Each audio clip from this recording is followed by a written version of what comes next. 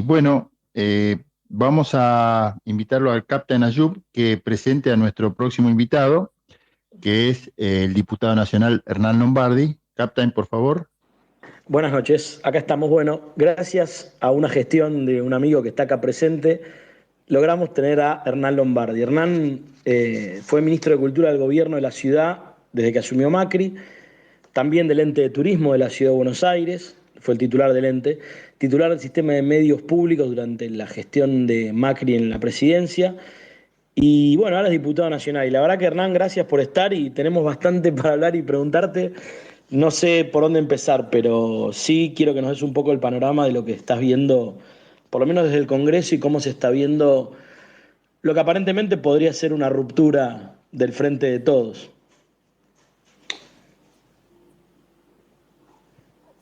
Hernán, ¿escuchás? Hernán, desmutear el micrófono, Hernán. Ahí está. Ahí Gracias. estamos. Ahora sí. No, gracias a todos. Es un placer charlar un rato entre gente que, no por la afinidad, sino también por gente inteligente, variada. Me parece que es clave hoy. A mí por lo menos siempre me hace muy bien intercambiar ideas. La situación es una situación extremadamente compleja de la Argentina. No quiero sobreabundarme, pero la Argentina, después de sucesivas crisis y décadas y decadencia, mi impresión es que ha tocado fondo y que si necesitábamos un cambio cultural en la sociedad muy profundo en 2015, porque necesitábamos un cambio cultural, en el fondo los gobiernos no reflejan mecánicamente, pero pueden incitar un poco, pero no pueden no estar ni muy por delante ni muy atrás de los cambios que se producen en la sociedad. Pero digo, si había un cambio cultural del 2015 que lo llevó a Mauricio a ser presidente, pero que para ser justos no nos dio el mandato suficiente como para las reformas estructurales que era necesario hacer, yo creo que ahora parece con toda nitidez que se necesitan un cambio cultural mucho más profundo en la sociedad, porque las reformas se han vuelto totalmente... ¿Me escuchan? Sí, se escucha. Hernán, Sí, perfecto. Hernán, perfecto. Hernán. Las reformas se han vuelto ahora no solo imprescindibles, sino urgentes. Entonces se necesita ahora actuar con mucha energía para poder tener una nueva experiencia de cambio para sepultar las raíces de la decadencia.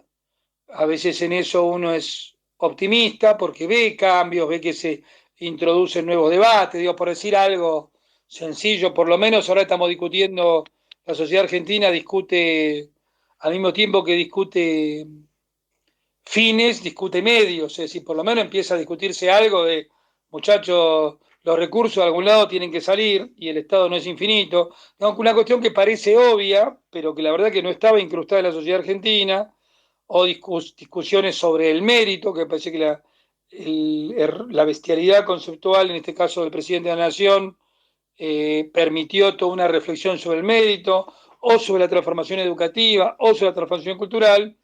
Esa es la punta de la balanza que uno lo hace sentir más optimista. La punta más pesimista es si no habremos llegado, si todo esto no será demasiado tarde y ya estamos prácticamente actuando, no sé, disecando algo que ya falleció, que la Argentina que soñamos no está y no va a estar por mucho tiempo. Digamos, entre esas dos tensiones me balanceo. Entre la optimista, no, los cambios están, y la pesimista es, y si hubiéramos llegado demasiado tarde y la destrucción ya es muy profunda, bueno, voy a citar a un filósofo de izquierda, a Gramsci, lo voy a citar, ya sé que no es ideal para el espacio republicano, pero con el pesimismo de la inteligencia y el optimismo de la voluntad. Hernán, Facundo Landívar, ¿cómo estás? Facundo, querido, ¿cómo andás? Bien, todo bien, por suerte. Hernán, hace 5 minutos Pola decía que veía una Argentina, con respecto a la que había visto hace 2 años, una Argentina distinta, con un poco más de optimismo, que el tsunami que iba a venir no vino, y que sentía que había como un cambio, algo distinto en la sociedad. ¿Cuánto de esto le adjudicás al triunfo de la oposición en las elecciones del año pasado? ¿Y cuánto de esto crees que es real o es apenas una fantasía de alguien que vino de afuera? No, yo veo que la verdad que si veo, obviamente no hay un cambio culturalómetro, digamos, que te mida cuánto es la conciencia de lo que hay, pero yo diría que, como siempre en cualquier sociedad, hay procesos de aceleración y procesos a veces llamados revoluciones y procesos de estabilidad, digamos, ¿no? Las sociedades siempre tienen una dialéctica entre, digamos, largos periodos donde no pasa nada y periodos muy cortos donde pasa poco tiempo. A mí siempre me impresiona el quilombo que armó el peronismo en la Argentina en los 70, fue del 25 de mayo del 73 al 24 de marzo del 76. Si lo pensás, sí, claro, en un periodo muy corto pasó de todo. Vino pero que se fue la Lanuse, vino Cámpora, renunció Cámpora, lo hicieron Gozo, Perón, la AAA, los Montoneros, todo lo que sucedió eso. Y después pasan largos años, no solo por la dictadura, que pasan largos años de pocas transformaciones, digamos. Entonces, siempre lo miro un poco así, ¿no? Ahora, dicho eso, me parece que hay un proceso de aceleración del cambio o de la voluntad de cambio de la Argentina expresado, para mi gusto, después de la grande reacción, después de la derrota del gobierno de Cambiemos en las PASO y las marchas del Sí se puede, donde la gente o una claro. parte sustantiva de la Argentina salió a la calle a defender un proceso de cambio más allá de los errores y todo esto, la enorme, y yo lo subrayo de nuevo, la enorme resistencia a la cuarentena interna 2020, donde el gobierno hizo todo lo posible para poner del lado de la anticiencia, de los antivacunas, de tratar de ponerte como si fuera, no sé, un engendro, y la gente no se comió la galletita esa y salió a la calle, salimos a la calle. Pensé que eso fue importante, la defensa de la educación pública, y que coronó en las elecciones del año pasado, las parlamentarias. Pensé que todo eso fue un proceso de aceleración del cambio. También debo decirte que me preocupa, sobre todo a partir de algunas frustraciones en diciembre con la cuestión parlamentaria y obviamente una situación donde hay prácticamente un empate en la Cámara de Diputados, que eso no genere una nueva frustración. Argentina no aguanta más frustraciones, por eso tenemos que ser muy firmes y muy claros en cada cosa que hacemos y decimos. Hernán, buenas noches. Pasante del Mossad acá te saluda. ¿Cómo están? Muy bien. Mencionaste la palabra frustración y no puedo evitar traer la anécdota, no sé cómo llamarla, del intento de sacar ñoquis de Telam en tu gestión y ver cómo con un fallo judicial son restituidos. Y estoy siendo enfático con la denominación de ñoquis, porque eran integrantes básicamente de una unidad básica que tenían ahí adentro. ¿Y cómo hacemos? Poner que en 2023 vuelve un gobierno de Juntos por el Cambio, ponle que volvés vos por ahí a Cultura, ¿con qué herramientas nos podemos defender de eso? Bueno, yo creo que Popol es un ejemplo perfecto. Yo el otro día lo ponía, ¿viste? Pero en las radios, que son radios prácticamente militantes de ellos, dice, bueno, pero ¿usted cómo achicaría el gasto? Le digo, por ejemplo, con lo de Telam, lo haría de nuevo una y mil veces. Digo, Telam por poner Telam en la televisión pública.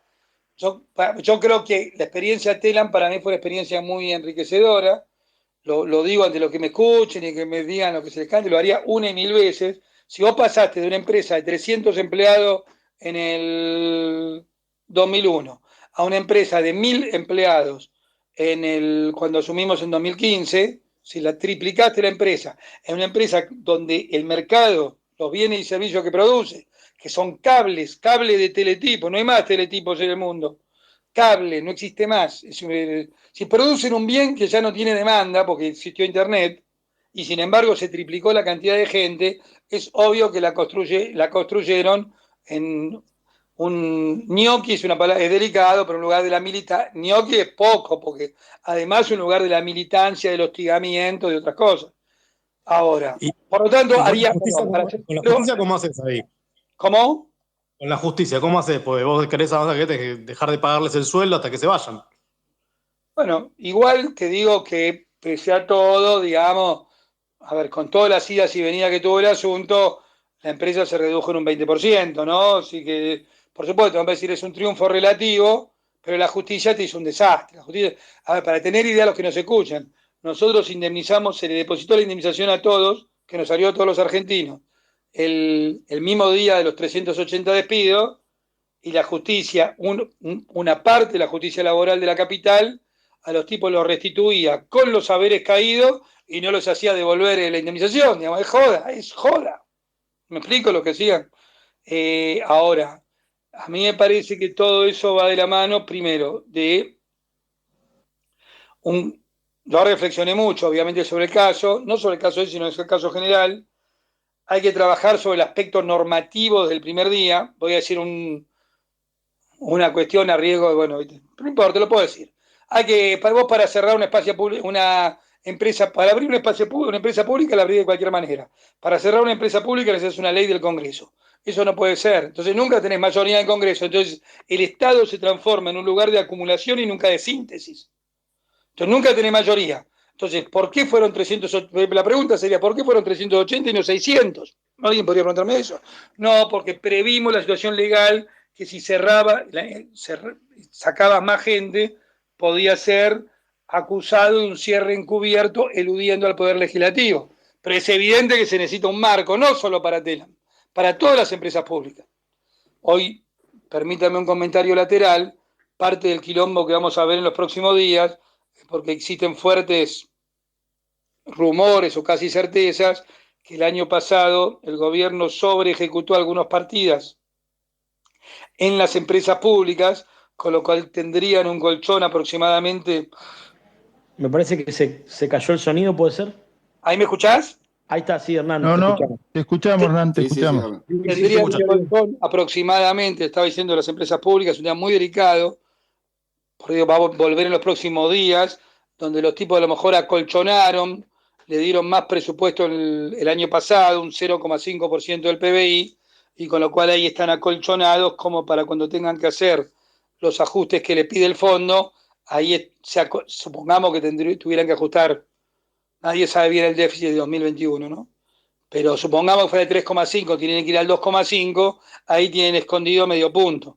Por lo tanto, las empresas públicas son en sí mismas un desafío y yo creo que se necesita un nuevo marco normativo.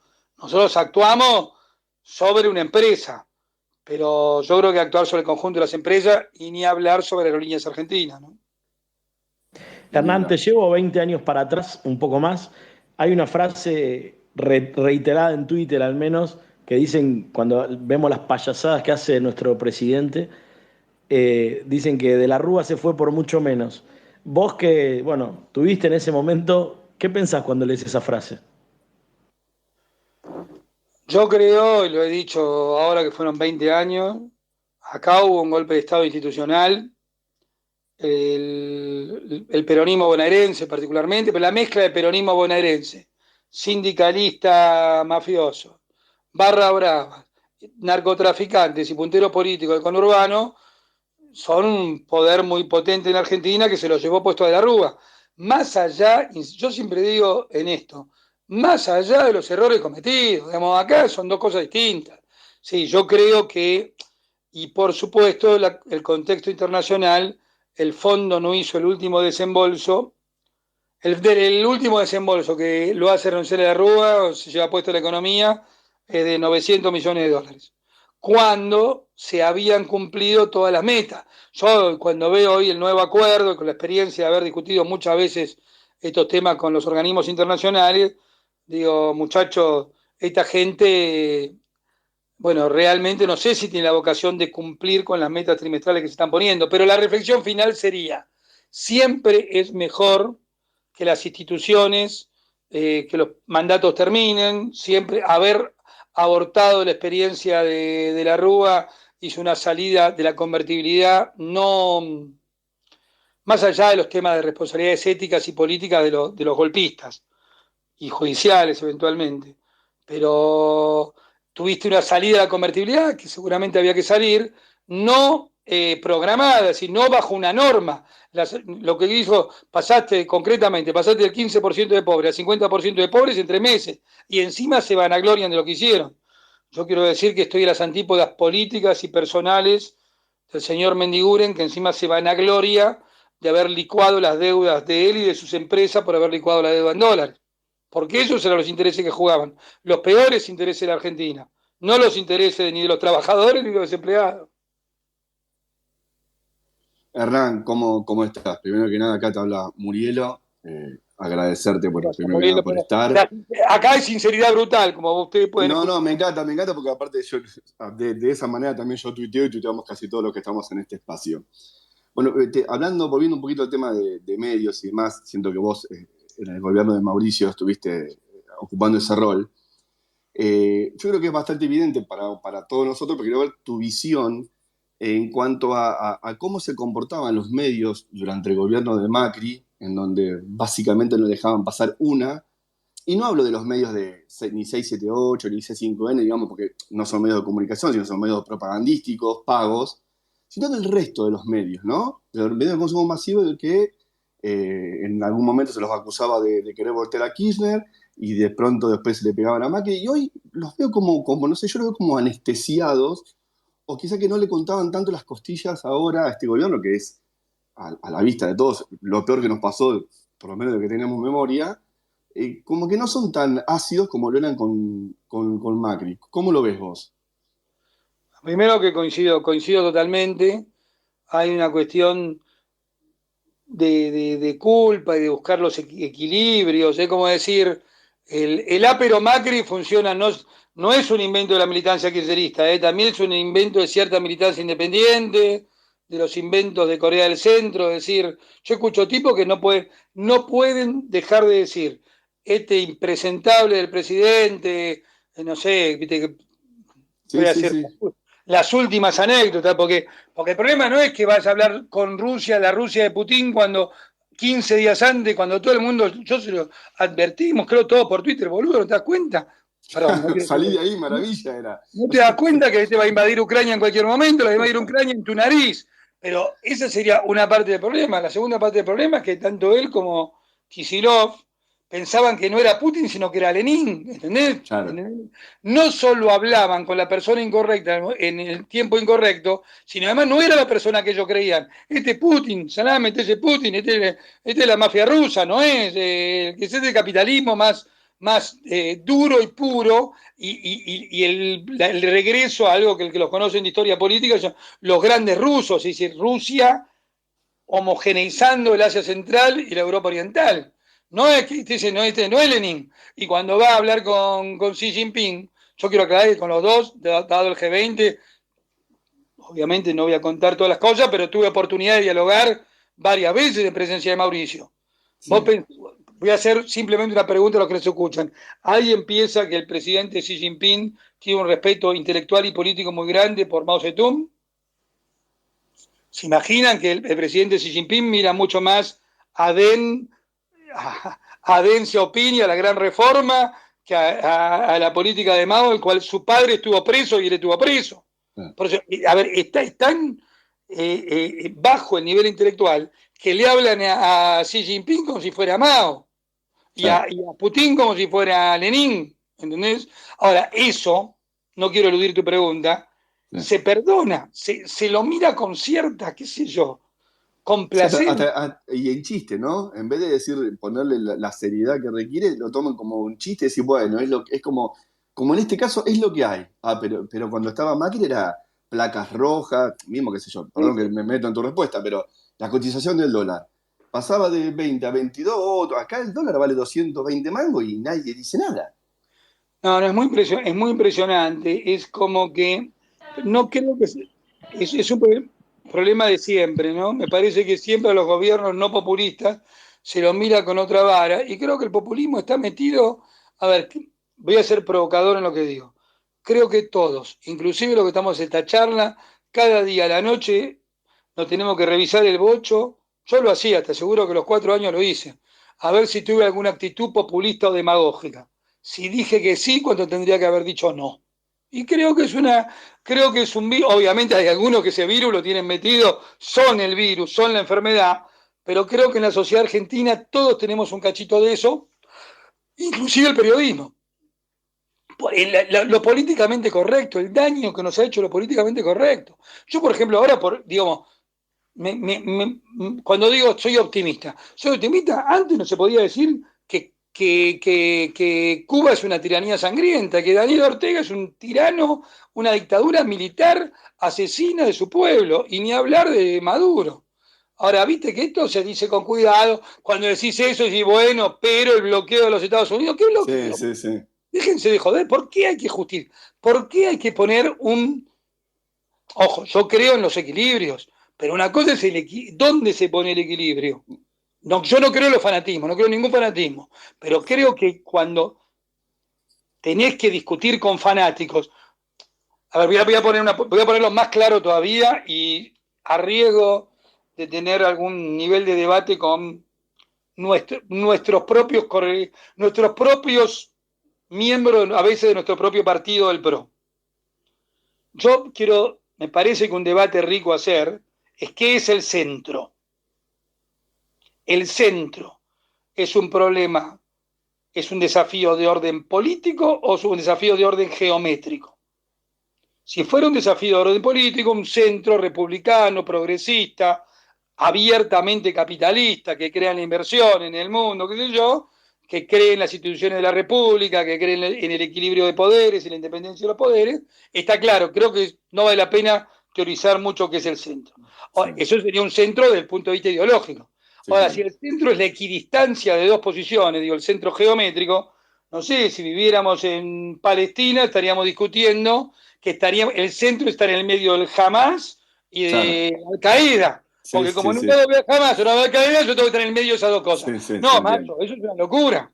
No, te tenés que correr totalmente para el otro lado. ¿Se entiende la diferencia? Es una diferencia sustantiva y a veces algunos nuestros digo, no, estamos, esa idea del eclecticismo. Ojo con esas posiciones porque nos vamos al corno, ¿eh? Es decir, yo creo en un centro republicano y democrático, no creo en el promedio de las posiciones en un momento dado de una sociedad. Clarísimo, Hernán, clarísimo. Hola Hernán, buenas noches. Gracias por unirte y gracias a todos los que están escuchando. Vuelvo un poco atrás a un tema que nombraste antes, que no dijiste mucho, pero yo te quiero preguntar. Tengo entendido que todavía el gobierno no presentó el acuerdo con el fondo en el Congreso. Quería saber si nos podías contar un poco qué tiene pensado hacer Juntos por el Cambio, si ya saben más o menos de qué se trata, si todavía no tienen idea, piensan votar todos juntos, cada partido va a votar por separado lo que le parece. ¿Cómo viene ese tema? Bueno, empecemos de cero. Vamos a darle un poquito de profundidad a esto. Es un tema obviamente de la archicoyuntura y está cambiando por hora. Primero, para ubicarnos, el acuerdo con el fondo, esta cuota, este gran vencimiento del 22 de marzo que viene, se sabe desde hace exactamente 40 meses. Es decir, cuando se firmó el acuerdo con el fondo en el 18, ¿no? Pasó el último año de gobierno nuestro, y esto, Alberto Fernández, el 10 de febrero, hace 26 meses que gobierna, y las cuotas siempre estuvieron ahí, ¿no? Obviamente nosotros pensamos que con la confianza que hubiera generado un gobierno nuestro, se hubiera renegociado mucho más fácil y mucho más rápido. Y discúlpeme que me dé unos minutos, pero me parece un tema que poner en contexto. El gobierno tuvo, de nuestro punto de vista, por lo menos 3 oportunidades para arreglar esto antes. Primero, apenas asumieron. Segundo, en plena cuarentena, digamos 2020, nadie le iba a hacer una negociación muy dura de Argentina en 2020, cuando tenías que comprar, no sé, vacunas y barbijos. Y la tercera, en mayo, junio de 2021, que Guzmán dijo que estaba al borde del acuerdo, y obviamente Cristina no lo dejó firmar por el proceso electoral. Es decir, acá, durante este gobierno, hubo 3 ventanas claras de llegar a un acuerdo, que no es otra cosa que rolear de nuevo la deuda para adelante, y una vez más haré el punto, la misma deuda que tenía Mauricio en 2018, que teníamos los argentinos. Es decir, cuando dicen Mauricio tomó la deuda, eso es una mentira absoluta, en el sentido de cuando vos ves el stock final de deuda, después de tomar el crédito del fondo y antes, el stock es el mismo, porque lo que recibiste del fondo era para pagar deuda con el sector privado. Hasta te podría decir, es mejor el perfil en cuanto a intereses alguien te puede decir, bueno, el argumento del kirchnerismo es, sí, pero lo metiste en el fondo a discutir las políticas macroeconómicas de la Argentina. Yo a ese argumento diría, la Argentina tiene que tener un plan. Fernández nunca tuvo un plan. Pero entonces lo primero es, pasaron 26 meses y no hicieron nada. Nada, de nada, de nada, de nada, de nada, de nada. Hoy, que no me acuerdo qué día es, 20, ¿qué es hoy? 20 de febrero, no sé, 20, bueno, lo que sea que es hoy de febrero. 23. 23 de febrero. Aniversario, para los que tienen memoria, del golpe de Tejero en España. Ahora que decís. Cuando entró el coronel Tejero con las guardias civiles a las Cortes. 23F. El papel del rey Juan Carlos, no sé si se acuerdan. Nadie se acuerda nada acá, che. Alguien que diga sí. Somos muy jóvenes, Hernán, acá. No, somos todos millennials, ¿viste? Se hacen todos los boludos, pero googleen 23F y se acuerdan a Tejero y al coronel Milán del Bosch, se llamaba, que entró a los tiros en las Cortes Españolas, en el Parlamento Español. Para eso tenés, Hernán, Anatomía de un Instante. Anatomía, claro. Anatomía de un Instante de cerca, por supuesto. Un libro extraordinario que lea imperdible. Imperdible. Dicho todo no sé, muestra de erudición pedante. Deben entenderme la erudición pedante porque fui al Colegio Nacional de Buenos Aires. Pido disculpas y sigo.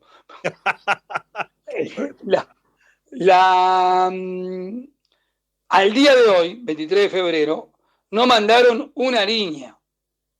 Agravado que citaron, mejor dicho, el presidente Fernández habilitó a extraordinaria durante el mes de febrero con 18 proyectos y el despelote interno del peronismo hizo que no hubo sesiones ni en diputados ni senadores, ni una sola sesión. No hay sesiones. Ustedes saben que en extraordinaria solamente se pueden tocar proyectos que mande el Ejecutivo. Los proyectos que manda la oposición u otros solamente pueden tratarse en sesiones ordinarias que empiezan por la Constitución el martes que viene, 1 de marzo. Dicho eso, hoy no entró, al día de hoy no entró nada. Segundo punto del marco jurídico. La ley 23.612, que se votó el año pasado, de responsabilidad y todo eso, que Guzmán la puso para la sostenibilidad de la deuda pública y toda una serie de argumentos, bueno, retóricos para mi gusto, obliga a que cualquier operación de crédito público, y nombre específicamente en el artículo 2 al Fondo Monetario, tiene que pasar por el Congreso. Y vuelvo a esta cuestión, operación de crédito público. ¿Qué entendemos nosotros? Que en la operación que se está discutiendo con el fondo, separemos entonces el crédito público del memorándum de entendimiento. El memorándum de entendimiento a una operación de crédito público, que es prestarle a Argentina plata para que a medida que vencen las cuotas con el mismo fondo, el fondo te da la plata para que le pague las cuotas. Eso tiene una pequeña discusión muy importante sobre qué pasa con los intereses que pagaron Guzmán y Alberto Fernández durante estos 2 años. Si el fondo los va, abro comillas, a devolver a la Argentina, si va a defender o va a devolver solamente la parte esta de los, ¿cómo se llaman? De la moneda esta del fondo de los DEC, de los derechos especiales de giro, o si no va a devolver nada, en cuyo caso la verdad que Fernández y Guzmán, en esta demora que hicieron, rifaron 7.000 millones de dólares. ¿No? Esa es una de las partes de la discusión con respecto a la operación de crédito público. La segunda parte, ¿cómo?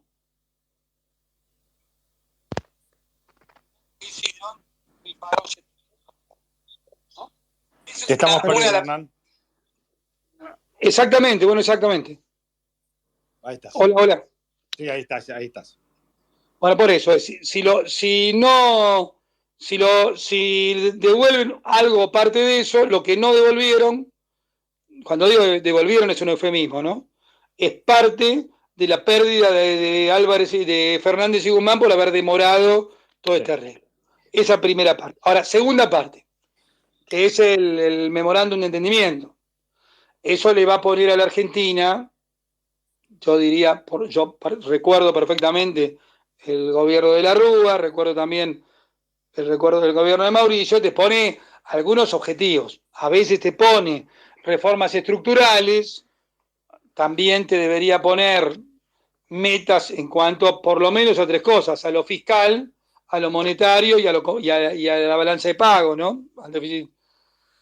O sea, a lo que se llama, de nuevo siempre son eufemismos, en vez de hablar de déficit fiscal ahora, aparentemente no aprietan mucho con esos objetivos, por eso sería un déficit del 2,5 para 2021, sino más que nada van sobre lo que obviamente hicieron un desastre de estos tipos, que fue la cuestión monetaria. En el fondo te dicen, sí, está bien, no te vamos a mirar tanto cómo gastás, pero te vamos a cortar la tarjeta de crédito, te vamos a cortar la posibilidad de endeudarte, entonces sería una forma indirecta de lo mismo. Yo tengo alguna duda de procedimiento, pero eso sería... Es muy complejo, no es complejo, se entiende lo que digo, ¿no? Sí, perfecto. Entonces, esa parte del Memorandum of Agreement, digamos, nosotros Juntos por el Cambio, ¿qué dice?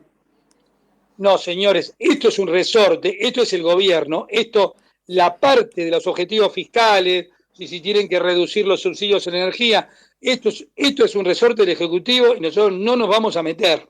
Nosotros solamente nos podemos meter en lo que dice la 27612, que es la operación de crédito público. Y en ese caso yo diría que el talante es, sí, señores, tomen el financiamiento y roleen hacia afuera, que eso es lo que te obliga la ley, pero no meterte en el programa económico, que aparte desde nuestro punto de vista no soluciona ninguno de los problemas de la Argentina por la información que tenemos, sino que los posterga para dentro de 2 años. Yo tendría alguna duda, lo digo cuidadosamente, dado que estamos hablando muy en público, tendría alguna duda de si el fondo está actuando con toda la responsabilidad necesaria. Diría por lo menos, a nosotros el préstamo no nos permitió usarlo para controlar, acuérdense que estábamos con la brecha cambiaria, para controlar eso que seguramente hubiera salvado al gobierno. Nosotros no nos dejaban usar los dólares para mantener al dólar en caja, el préstamo. A esta gente que no solo no tiene, digamos, una banda, sino que tiene un cepo, no les están diciendo nada de esto. Eso motiva en algunos sectores nuestros bastante enojo, llamémoslo así, por la asimetría de tratamientos que recibe la Argentina. Pero bueno, lo digo cuidadosamente este punto. Sí. Hernán, antes de despedirte y agradecerte, ¿qué hacemos con la interna? Mauricio, Patricia, Horacio, Lustó, ¿cómo lo ves?